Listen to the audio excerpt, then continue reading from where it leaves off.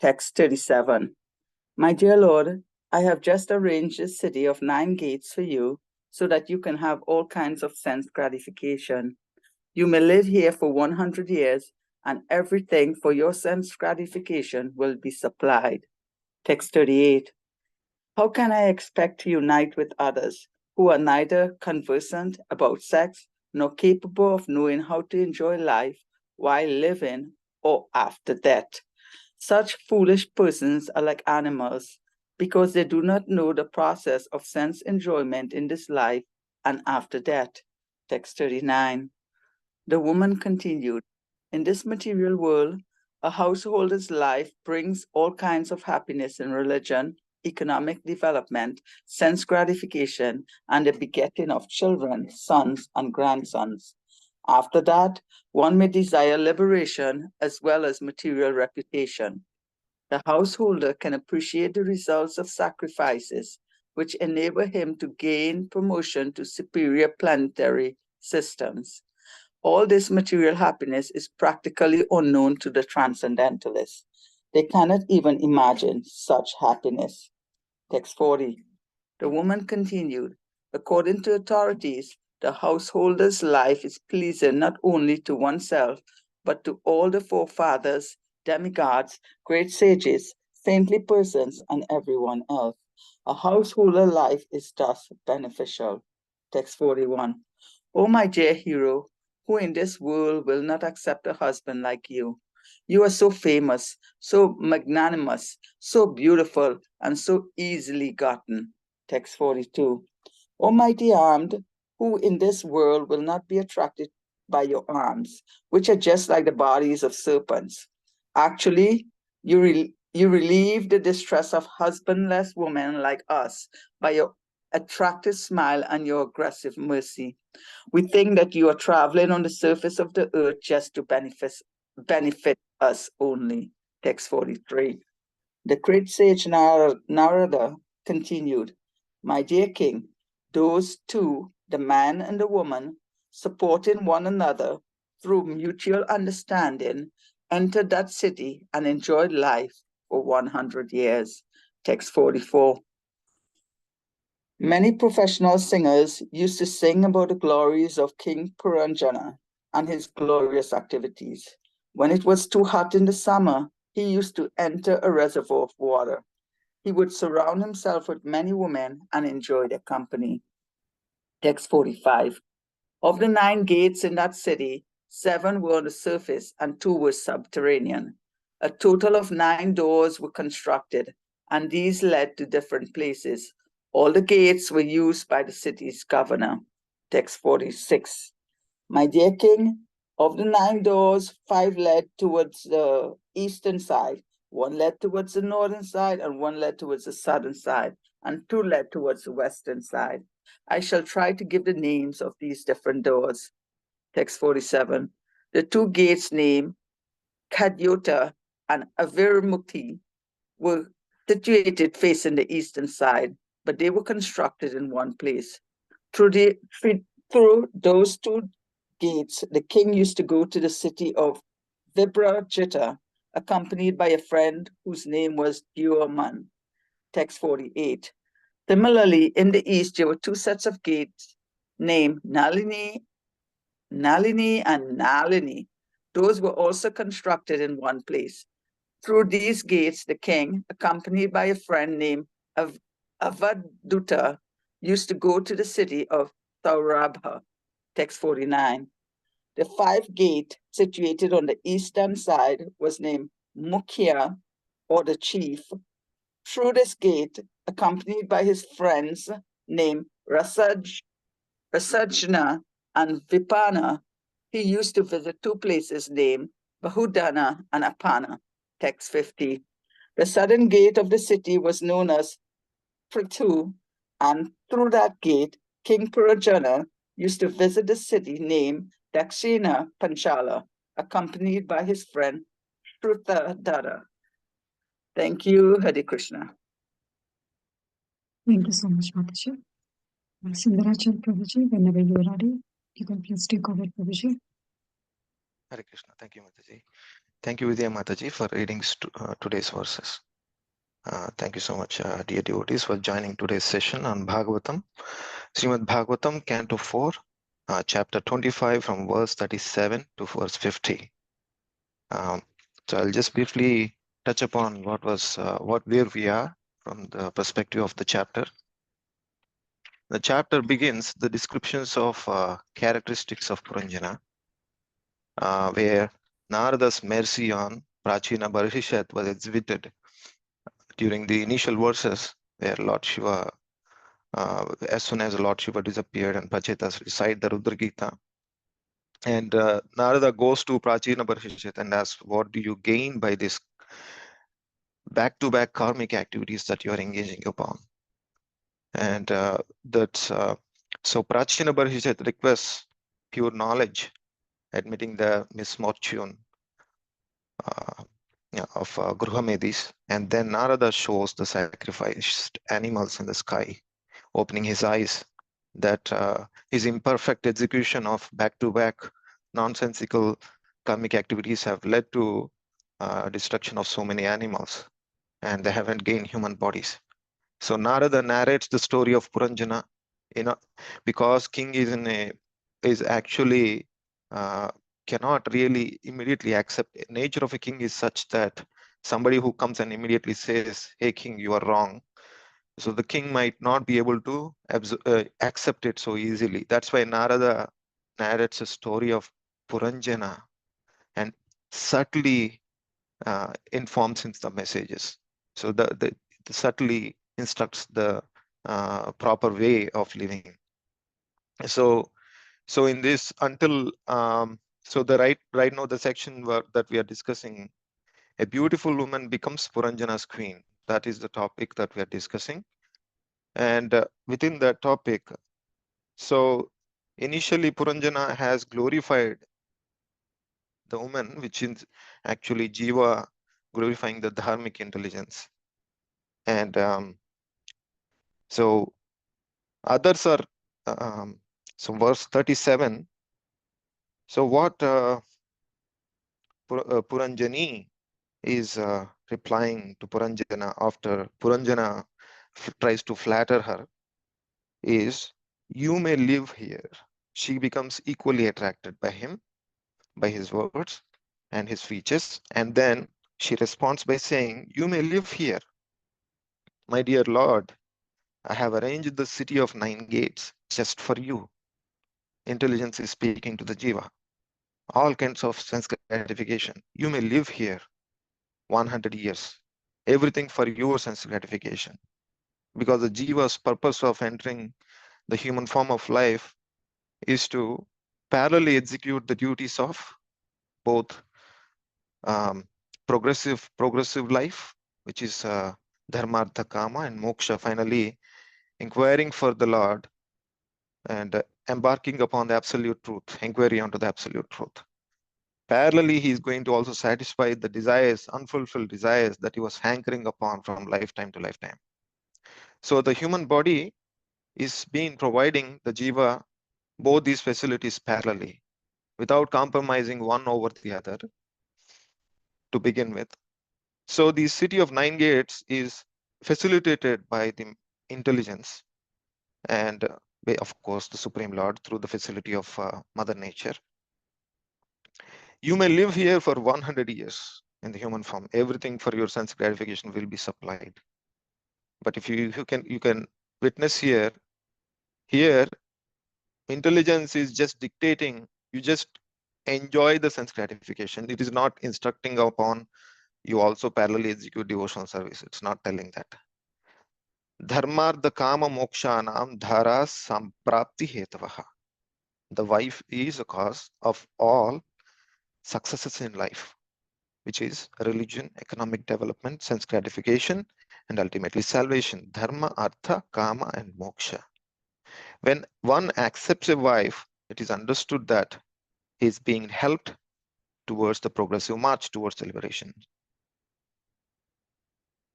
And these the facilities provided in the human form of life are beyond eating, sleeping, mating, and defending compared to other life forms. Everything is there, executed according to the regulative principles. So the regulative principles is key. Dharmic living is key. So that is the primary purpose of being a human.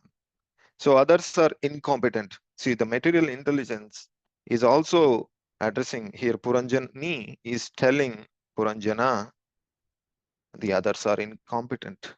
That's what she's implying here. What is she saying? How can I expect to unite with others who are neither conversant about the sex nor capable of knowing how to enjoy life while living or after death? Such foolish persons are like animals because they do not know the process of sense enjoyment in this life and after death. This is how conditional intelligence thinks and misdirects the uh, the bounded human being.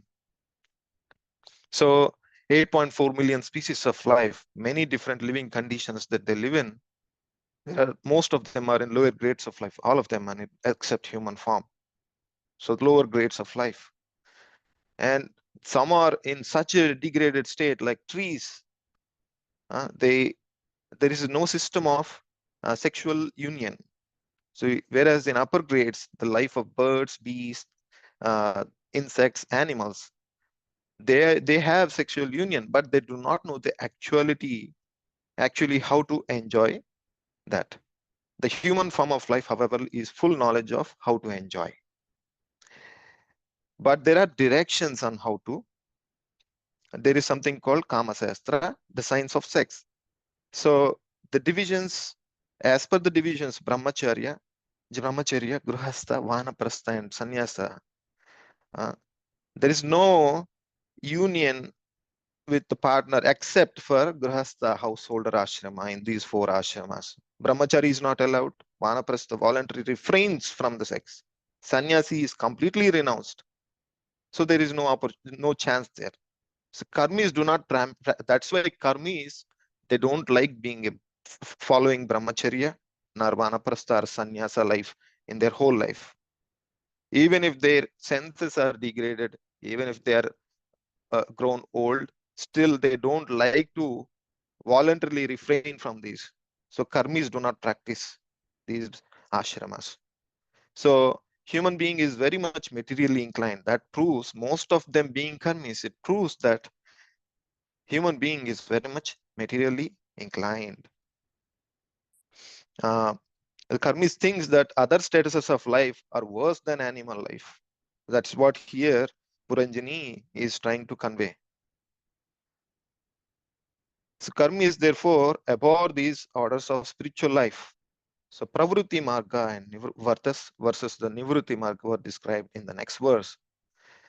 And what is mentioned here is she claims these benefits that come through the living with a woman are unknown to a transcendentalist. They are practically unknown to a transcendentalist. They are insane and she is implying that these transcendentalists are foolish, right? So yanna kevalino viduhu. That's what the last line says. As you can see, she is recommending in this verse the importance of dharma, artha, and kama, which is religious life, getting economic development, so on. But she's not advocating for moksha, which is salvation. So all this material happiness is practically unknown to transcendentalists. They cannot even imagine such happiness. So according to Vedic instructions, there are 2 paths of life. And that is one of them being pravrutti marga and another one being nivrutti marga. The basic principles of these paths is religious life.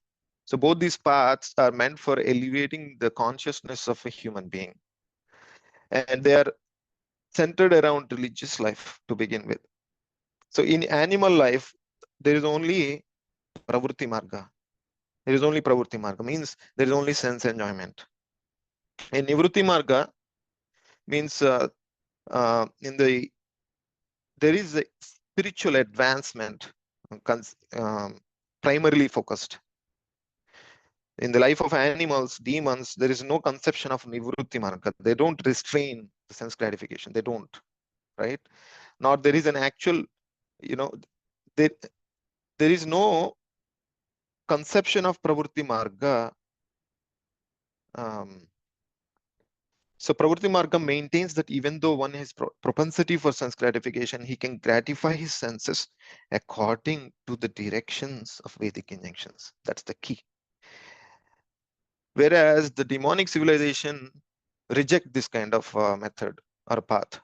They absolutely say no way, right? They want to enjoy without restriction. They want to enjoy not coming under the purview of Vedic instruction. They don't like to be under the followers of Vedic instructions, so that it allows them to execute their propensities. Nivrutti marga, however, the path of transcendental realization. There is a, the sex life is completely forbidden. That's the goal of Nivrutti marga. The social orders are divided into 4 parts, right? Only in the householder life can the pravritti marga be encouraged.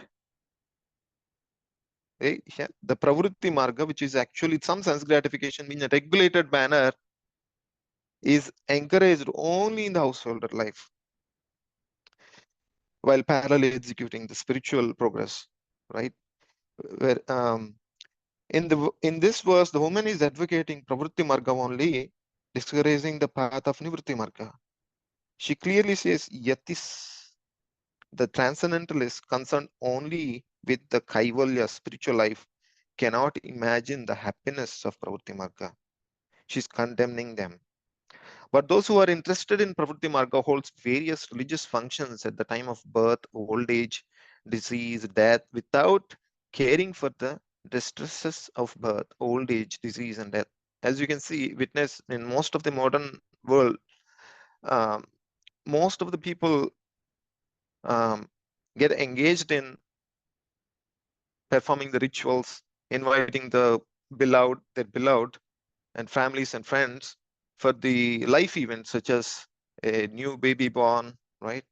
Or somebody is having a wedding. So they celebrate. The reason why they celebrate is most of them, they celebrate without knowing the distress engaged in that comes through the birth process, old age, and disease and death.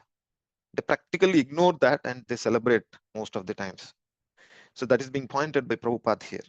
Because they're addicted to special functions of ritualistic ceremonies, mentioned in the Vedas, but they don't care for the other transcendental instructions. So Pravritti Marga, which is based on the sex life, is stated in Srimad Bhagavatam. Yanmaithunadi gruhamedi sukam chi chuttucham. Householder is too much addicted to Pravritti Marga is actually called as Grahamedhi. When he is practically addicted dharma, artha, kama, and they ignore the last important part, moksha, is so-called followers of Vedic instruction, but still they ignore the ultimate goal of life, which is Krishna Prema. That is why it is here Upad is mentioning such gruhamedis, yan maithunadi gruhamedi sukam hi chuttucham. There is no happiness, real happiness in such gruhamedi life. So that's what the prayer of Prahlad Maharaj is indicating in 7.9.45. So Gruhamedi does not follow any Vedic instruction, right? He engages and he even advocates for sex life and allows his sons and daughters to engage in sex life, to be deprived of any glorious end in the life. So basically you can see a lot of parents even encourage their teenage boys and girls to freely mix with the opposite partners. That is, you can witness when across the globe nowadays is especially in the Western world, that is actually being is mentioned here is that complete gross ignorance of the primary object, that is nothing but unrestricted, right? Gross ignorance of primary objective of life. And the Grihastha enjoys this sex life as well as in this life as well as the next life. Does not know the next what will happen to his next life. Simply he's interested in enjoying it. That's it. In the age of Kali especially, no one is interested in the spiritual advancement. Even though even if one is interested in spiritual advancement by rarity, by chance, most likely to accept bogus method of spiritual life, because they are misguided by so many pretenders of religiosities. There are so many bogus religious fall, methods that people can fall prey of. The pleased, so the 40th verse indicates the pleasing the household life. So what this verse in this verse it is mentioned, a woman continued to say, according to authorities, the householder life is pleasing not only to oneself, but all the forefathers, demigods, great sages, saintly persons, everyone else. A householder is thus beneficial. As you can probably remember, there is a verse, I'm trying to remember, where it indicates by birth we are all having obliged to the sages, the mother, especially the parents, the society, so and so forth. There are stakeholders for our existence. It's not that we are independent. So by birth we are obliged, so we need to pay back the obligation. If we do not pay back, we are further entangled in the cycle of birth and death. That's the danger. Especially we could even fall down to the lower forms. So actually the forefathers and demigods look upon the jiva who has taken birth in the human form to actually execute his primary duty of getting closer to Krishna, and that's how benefit all of them, right? He is going to benefit all of these stakeholders just by engaging in the Krishna Bhakti. And whereas Gruhamedi, however, is over addicted to the material enjoyment, does not know that if he simply takes shelter at the lotus feet of Mukunda, he is immediately freed from all obligations to others, right? And Prahlada Maharaj says, Matirna Krishne Paratasvatova Mito Abhipatyeta Gruhavratanam. Either with the encouragement of others or by self-inquisitiveness, if one does not make an inquiry into Krishna, Matirna Krishna, if he cannot focus his mind on Krishna by the end of his life, Mito Abhipatyeta Gruhavratanam. It is nothing but a Gruhamedi life, right? And such a jiva is considered to be a confused soul, and because he's addicted to the sexual indulgence and cannot act in the Krishna consciousness. Now Ranjani is addressing from verse 41 to 42, you are a hero, O dear king, O Veera, O Nama Veera, Vikyatam, Vandanyam Priyadarshanam. O my dear hero, who in this world will not accept a husband like you? I'll tell you, you are very famous. You know, you are also very magnanimous. You're so handsome. And by my fortune, I got you very easily. Who foolish woman would not accept you as a husband? She's saying. Now, unless one becomes beautiful in the eyes of another, one cannot dedicate his whole life to another. So Prabhupada is touching upon this point. So whether the partner is beautiful in others' opinion or not, but in the eyes of a husband, wife is always beautiful. In the eyes of a wife, husband is always handsome. So that is what is binding them into this material world in general sense. Husband is considered very magnanimous because, as you can see, initially Puranjana got attracted and he proposed. Now Puranjani also got attracted and she proposed back. Now you can see the mutual conditioned, the polluted intelligence is attracted to the conditioned soul and vice versa. That's what it is implying. And because not only does the husband become magnanimous by begetting children, but by giving his wife ornaments, nice food, dress, he keeps her completely under submission. Such a satisfied wife will never give up the company of her husband. Manu Samhita recommends that keeping a wife satisfied, husband should give her some ornaments. Women are generally fond of home, ornaments, dresses, children, etc. In this way, the woman is center of all material enjoyment. Actually, by design, how Lord has created a man and woman is a little different. So Prabhupada says, women have stronger, stronger sense of uh, satisfaction when it terms of material way of life. And in further purports also, Prabhupada says how to understand the fact that the Prabhupada mentioned in multiple purports in next subsequent verses, that woman has stronger urge of union compared to a man. How do we really understand that? So here it actually implies, I was hearing some other classes and where I heard that actually what it meant is, unlike a man who is just only interested in the union, woman has multifaceted interests. For example, she likes to have nice house. She likes to have nice ornaments, nice clean environment, and so on and so forth. Nice children. But husband is not, a man is not interested in any of this except getting union only, satisfaction that comes through union. So that's why woman is considered a center of all material enjoyment. So it is up to the jiva, the man, to actually fulfill all these needs before he even tries to please. In order to please his woman, he is supposed to understand these multifaceted needs of a woman.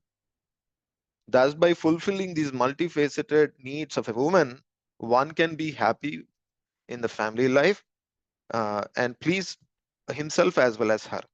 So that is what it is mentioned. So overindulging, however, is condemned. Overindulging in the sense, so one who is only practically caring only about union with the woman and satisfying the needs, but not inquiring for the higher self and not trying to get closer to Krishna. All these acts will further doom that person, including himself and also the woman. So in most of the cases, in the olden age, when these purports were written, at that time, women used to be much younger than a husband. And when they get married, they look upon the husband for their direction, how to live. And when the husband is himself is entrapped, woman also gets fall trap of the material life. So when husband is inclined for Krishna consciousness, woman also naturally falls inclined for the Krishna consciousness. So that's why it is mentioned, however, while you are fulfilling as part of your grihastha duty, fulfilling the desires of a woman and needs of a woman and himself, one has to constantly make an effort in delivering himself and his woman. That is the primary objective of the human life. And the next verse, 42, O mighty armed, who in this world, O hero, king, who in this world will not be attracted by your arms? Here, it is mentioned that anatha varga, right? Means a man without a husband or a fatherless child. So he needs a care. She needs a care. So every human being needs a care. It could be wife or a husband at a different phases. When we need care, we need to get loved and be cared by the caring and loving person. So that is the basic need of a human being. We feel we need to be protected, especially a woman needs to be protected by his man. So young woman in the age of puberty, she immediately becomes agitated, and so likewise the young man. So the duty of a father and a parent is to get his younger daughter married before she gets puberty. This is the standard in the Vedic life. This may not be practical in the current life, but this is just a recommendation of Manu Samhita.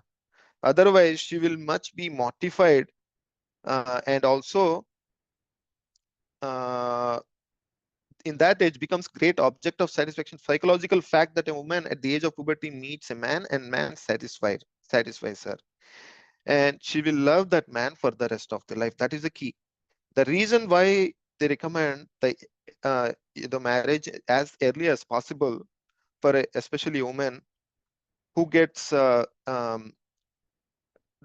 maturity much earlier than a man, she will love that person who for the rest of the life. That is the reason getting married at a proper time will not bind, will make a person happily live with only that person for the whole life without looking for other partners.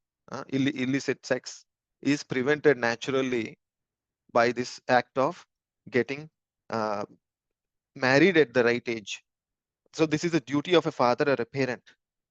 So-called love in this material world, Prabhupada is saying, is nothing but sexual satisfaction most of the times when there is no Krishna Bhakti engaged in one's life. There are three stages of sleepiness, of consciousness, of Puranjana, which was addressed in subsequent verses 43 to 44. And how they Puranjana enjoyed with his wife is mentioned there. So Jagruti, there are three stages that Puranjana went through. What is that stages? Jagruti, his enjoyment for 100 years in his wakeful state, right? Now, that is a dharmic intelligence, right?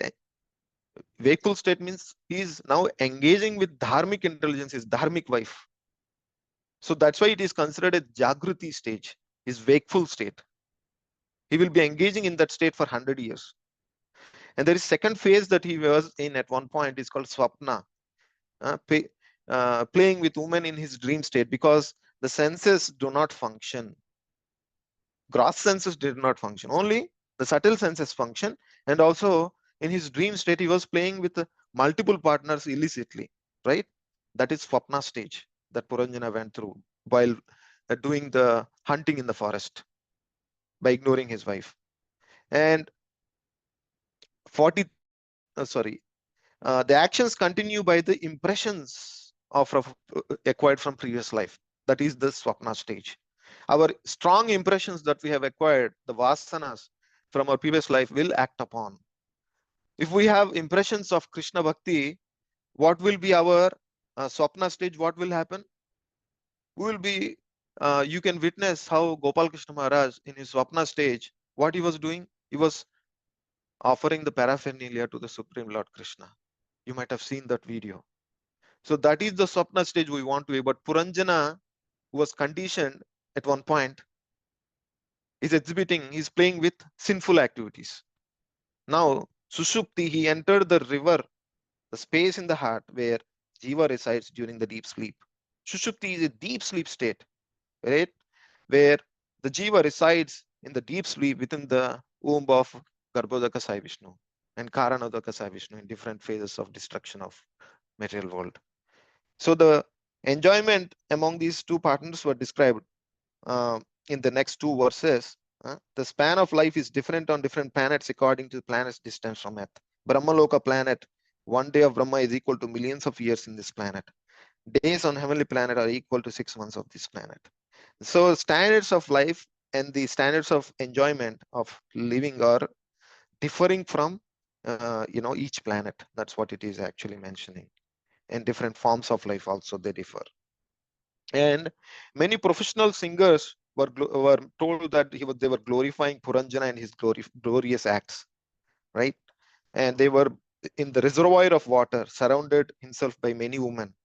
So different activities in this stage, it is actually a swapna stage, what we just discussed of this Puranjana, who is exhibiting the impressions from lifetime to lifetime, sinful act propensities he was exhibiting.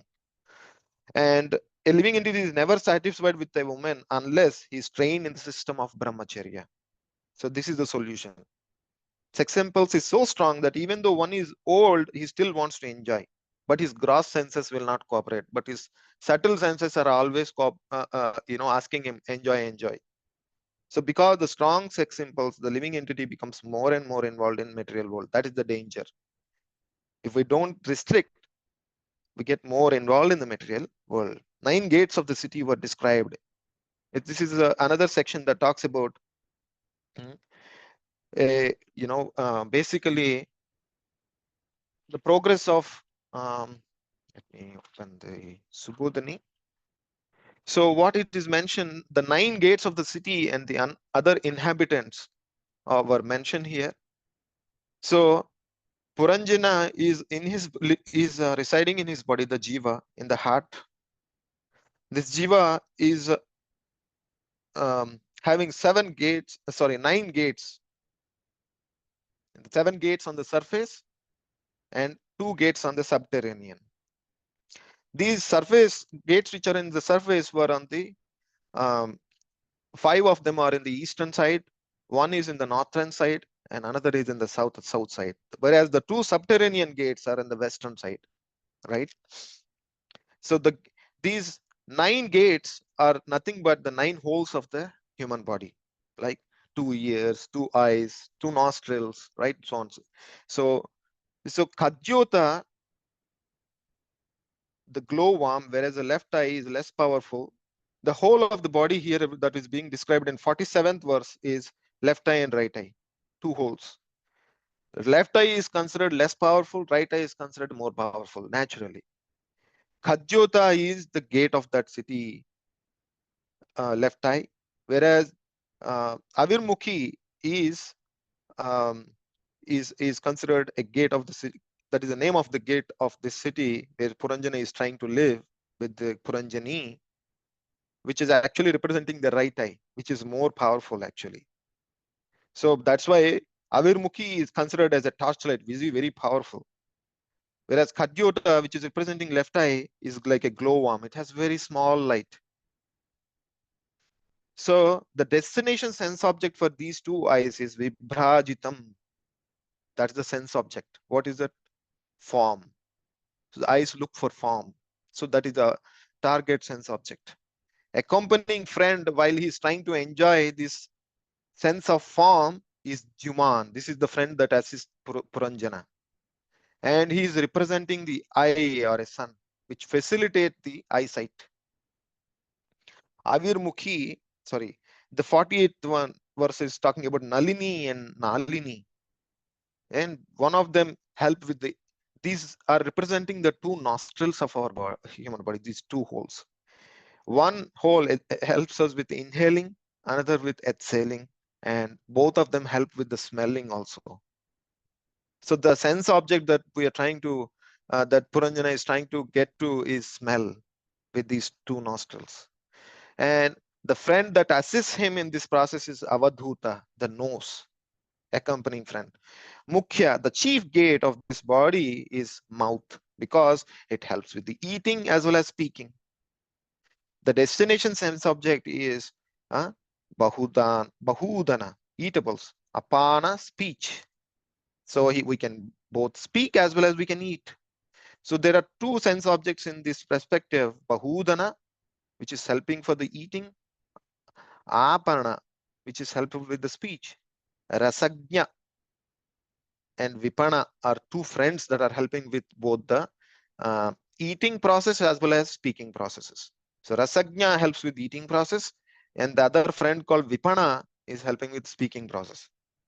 Pruthu, right ear, is very much inclined to performing karma kanda activities, elevating him to higher lokas like Pitru Loka, heavenly planets.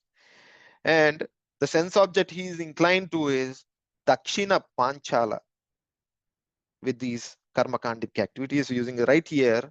By hearing the karmakandic knowledge, is engaging to and traveling towards the sense object called Dakshina Panchala, that is Pravrutti scriptures, that is engaging rightfully in the Grahastha ashram and finally going towards progressively towards Krishna consciousness.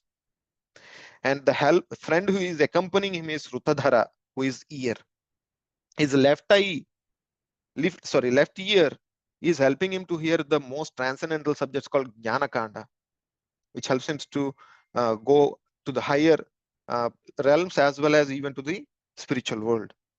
And it is the gate of this city is called Devahu. And Uttara Panchala, not Dakshila Panchala, it is Uttara, North Panchala, is the sense object of hearing the Jnanakanda. And this is described in the Nivritti scriptures, our 4 regulative principles, right? And Srutadhara is helping him even in that. Srutadhara, the friend, is helping him in following the, is embarking upon the goal towards the Uttara Panchala. And Asuri is basically one of the subterranean gate, western gate, which is representing the genitals. And it is interested only in the sex life, Gramika. And Durmada, the madness, is the friend who is accompanying him to achieve that. Nirutti is another subterranean gate, is engaged with, it is representing the whole of the body called rectum. Vaishesha, the sense object that is traveling for is Vaishesha, but ultimately it is depicted as painful. Lubdhaka is the friend who is actually so greedy, along with his friend Puranjana, who is accompanying in his endeavor. So that is our sorry, I think I additionally described 2 more. Sorry for that. That is it for today, dear devotees. Please forgive me if I have made any mistakes. Hare Krishna. Back to you, Mataji. Hare Krishna. Thank you so much, Prabhuji. Very wonderful class. Thank you all devotees for joining the class today. Hare Krishna. Thank you very much, Prabhuji. Hare Krishna. Hare Krishna, Prabhuji. Thank you. Hare Krishna, Prabhuji.